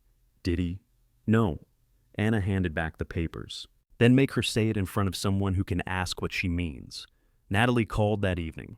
Noah let it ring twice before answering. "I hoped you'd call me first," she said. "You filed before talking to me. Mark said you wouldn't discuss it. Mark offered me 5% of something he controls. This isn't about his offer. Then what is it about?" Natalie was quiet. "I was married to your father for 10 years, she said. "I built my life around what we planned together. You got the house and the accounts. The accounts are not what you think. Nolan used part of the investments to guarantee business borrowing. The life insurance has taxes, expenses, and debts against it. How much do you have? That's private, but what I have belongs in the estate. That isn't fair." Noah stood beside the stove. Fresh mortar dried around the chimney pipe, giving off a mineral smell. "What did Dad tell you about Cherry Creek? He said it was an old family property. Did he tell you about the water claim?" "No." "The boundary?" "No." "William's papers?" "Noah, that's the point. Your father couldn't have intended to give one son an asset worth millions when he didn't even know it existed. He wrote, 'any interest within its established boundaries.' He also split the company between Mark and Dylan. Maybe he thought you'd sell the camp back to them." "Did he say that?" "No." "Then you're guessing what he wanted because the will didn't give you this." Her breath caught slightly. "I am trying to protect my future." There was no cruelty in the sentence. That didn't make the petition smaller. "By taking mine," Noah said, "by asking a judge to decide. You already decided what answer you want. So did you." She ended the call without saying goodbye. The hearing was scheduled for the following week. Evan recommended a probate attorney in Ely named Mara Keene. She worked from a second-floor office above a pharmacy and didn't seem impressed by the size of the claim. "Large value makes people louder," she said. "It doesn't make their argument better." She was in her 40s with a habit of tapping a capped pen against her front teeth while reading. Noah laid out the will, Julia's report, Tina's certified ledger copy, Evan's filing confirmation, and Williams' letter. Mara read everything before asking a question. Who else has seen the letter? Anna, Julia, Tina. Mark saw that it existed. I don't think he read it. Dylan? No. Who knows the value? Evan, Anna, Julia, Tina, and me. Mark probably has an estimate by now. Keep it that way until the hearing. Why? Because Natalie's petition says the right must be separate because nobody knew of its value. I want her to explain that position before she sees the full chain attaching it to the land. Noah looked at the copies on her desk. That feels like a trick. It's sequencing. We aren't hiding evidence. Their lawyer received our exhibit list. They know we have a retracement, an intake record, and a state filing. They've chosen not to inspect the originals before the hearing. Why? They believe the missing final certificate defeats everything else. Does it? No. But let them commit to saying so. The hearing took place in a county courtroom smaller than the conference room at Holland Surveying. There were no spectators beyond a few people waiting for unrelated matters. The clerk checked names. A ceiling vent clicked each time the heat started. Noah sat beside Mara at one table. Natalie sat at the other with her attorney. Mark took the chair behind her. Dylan arrived last and sat at the end of the row, leaving an empty seat between himself and Mark. Anna, Tina, Julia, and Evan waited in the hall until called.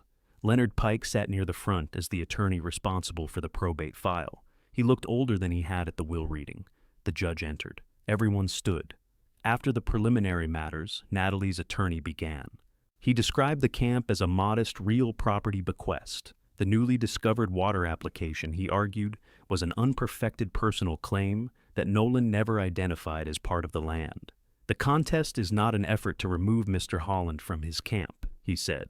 It concerns an asset discovered during active probate, one with substantial potential value and no completed deed in his name. Noah listened. Mara wrote one word on her legal pad. Separate. She underlined it. Natalie testified first. Her attorney asked whether Nolan had ever discussed a valuable water right with her. No, Natalie said. Did he ever say he intended Noah to receive a multi-million-dollar asset? No. Would that have been consistent with his treatment of his sons? Natalie glanced toward Noah. He tried to be fair. What did you understand the Cherry Creek bequest to include? An old shack, a few acres, and William's Sextant. Did you believe it included a separate water interest? No. Had you known such an interest existed, would you have expected Nolan to address it directly? Yes. Mara stood for a cross-examination. Mrs. Holland, did Nolan tell you the water interest was separate? No. Did he tell you it belonged to the remaining estate? No. Did he ever show you the established boundaries of the camp? No. Then your understanding was based on what you believed the property was worth. Natalie's attorney objected. The judge allowed Mara to continue. Natalie folded her hands. I believe Nolan wouldn't leave most of the estate to 3 people and secretly place the largest asset with 1. Because Noah was the youngest? Because Noah had never managed property or a company? Noah kept his eyes on the table. Mara asked, Your petition requests that the claim pass through the remaining estate. How much of that would you receive? Natalie's attorney objected again. The judge said, She may answer. Most of it, Natalie said. Thank you. Mark took the stand next. He testified that Williams' field notebook followed the format of Holland Surveying's business records. He said the company maintained old surveys because they could affect current clients and boundaries. Did Noah work for the company? Natalie's attorney asked. Yes. Did he have authority to remove historical company records? No. Could the field notebook have commercial value to the firm? It already does. It identifies land connected to the company founder and may support a valuable claim. Did you offer to include Noah in that value? I offered him an ownership interest and guaranteed employment. Noah felt Mara's hand touch the folder containing Mark's agreement. Mr. Holland, she said when her turn came, your proposal placed all control with the firm, correct? The firm would manage the property, and the firm is owned equally by you and Dylan.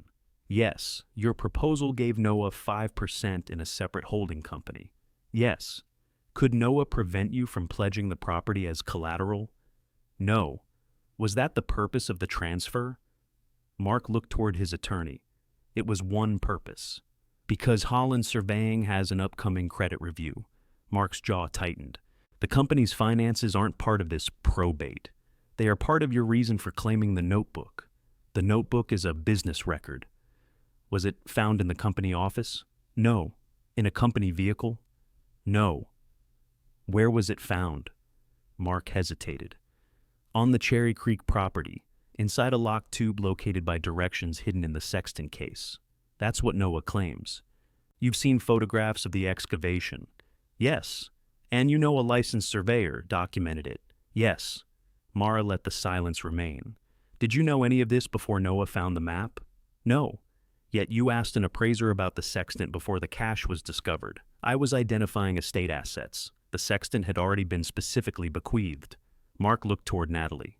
Noah understood then that they had agreed on the safest version of events. Natalie knew nothing. Mark acted only for the company. The water claim appeared from nowhere and therefore belonged to everyone. No one had to mention the search at night.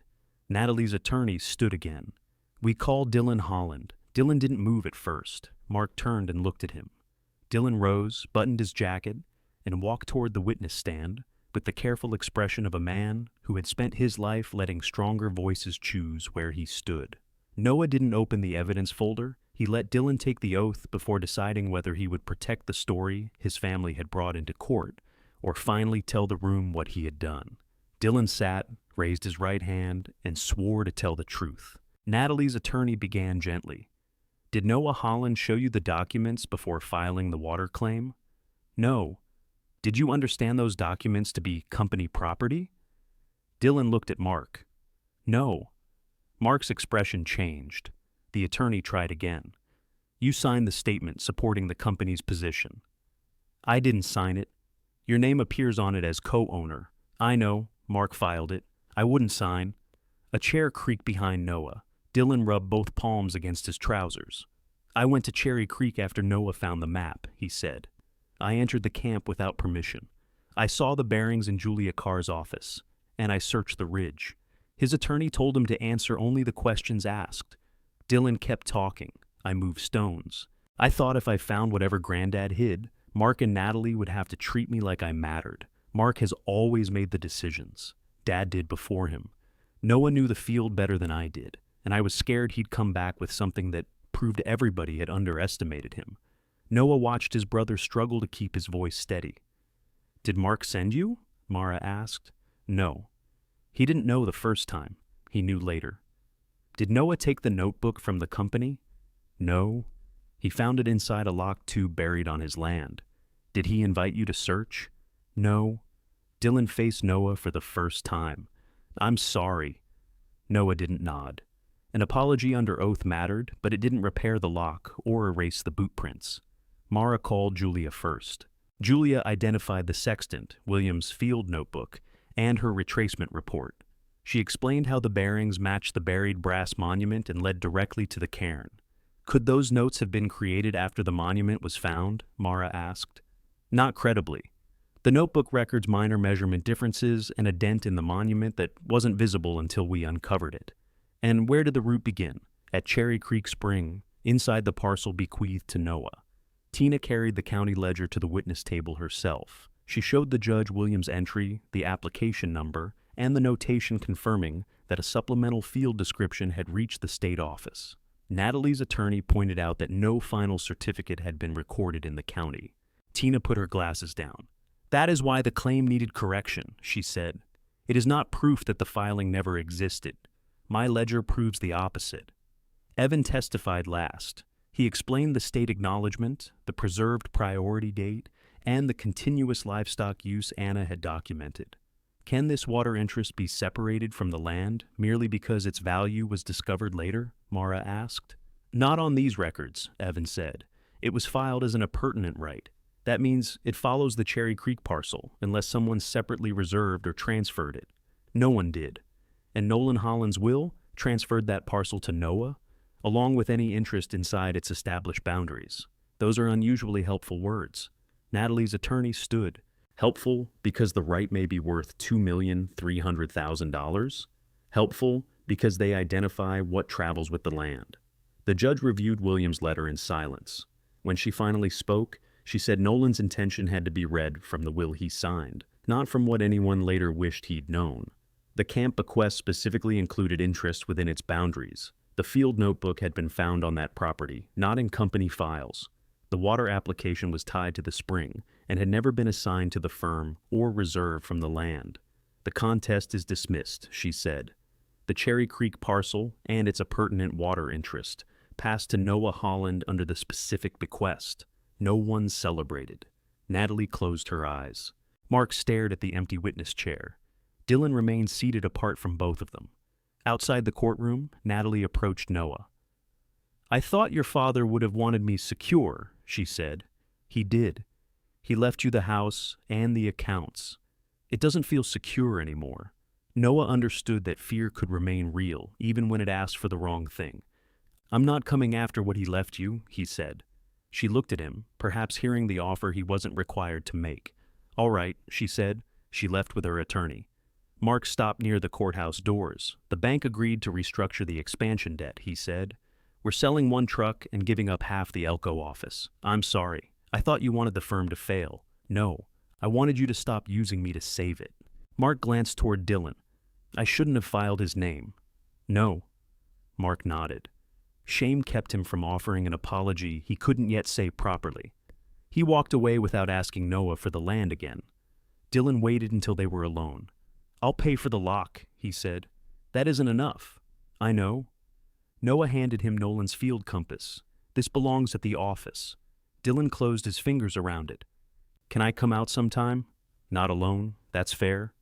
It wasn't forgiveness. It was a gate left unlocked while someone trustworthy stood nearby. The following week, Noah met Evan and Anna at the camp. Evan brought an offer from a buyer interested in the separating part of the water from the grazing land. Noah pushed it back unread. "I told you it stays. I'm required to bring serious offers to you. And now you have." Instead, they put Anna's water access into a recorded agreement. It preserved the stock line, assigned maintenance costs, and made the old handshake strong enough to survive both of them. Anna signed first. William would complain about the legal fees, she said. Tina would tell him to keep the receipt. They finished the back room in early spring. Noah and Anna hung insulation. Julia helped him set up a drafting table and a secure cabinet for field records. Evan returned when the state engineer's corrected certificate arrived, carrying the final recorded copy in a flat envelope. The parcel and its senior water right were in Noah's name. Dylan began coming on Saturdays. The first weekend, Noah gave him fence posts and pointed toward the north line. They worked 6 hours without discussing the hearing. On the third Saturday, Dylan replaced the damaged lock. "I kept thinking Dad would choose me last," he said while fitting the new strike plate. "Then he didn't, and I still acted like he had." Noah held the door steady. "You chose yourself last." Dylan tightened the final screw. "I know." After that, their conversations became ordinary in small pieces. Fuel prices, weather, a crooked fence brace. Whether Nolan's compass needed cleaning. Trust returned the same way the camp had. One repair that held, then another. Noah placed a modest sign beside the porch. William Holland Field Station. He took local boundary work that the larger firms didn't want. Julia consulted when a job required her license. Noah ran field lines, prepared research, and saved toward his own certification. The front room became his office during the day. At night, he cleared the table and ate there. Mark kept his distance. Natalie stopped calling about probate. Neither was barred from the road, but Noah no longer waited for either of them to decide whether he belonged. By summer, the roof held through hard rain. The spring box had a fitted cover. Clear water ran through the stock pipe and down the stone channel. Tina came for supper on the evening they mounted the sextant shelf. She stood below it, reading William's name on the faded tape. "If anyone ever asks how all this happened," Anna said, "we'll send them to you." Tina considered the room. His brother split the firm. At 20, he kept the sextant they mocked. Its case held a map home. Noah shook his head. "You make it sound simple." "It was simple," Tina said. "It just wasn't easy." They ate beneath the repaired roof while evenings settled across Cherry Creek. If stories about young people rebuilding a life after family betrayal matter to you, subscribe and return for the next inheritance story. Later, Noah washed the plates while Anna packed leftovers and Dylan brought in another armload of wood. Julia rolled a survey map into its tube. Tina sat near the open window, listening to the spring. Above them, The brass sextant rested inside its repaired wooden case. Its mirrors caught the last light from the valley, and for once, every direction it offered pointed home.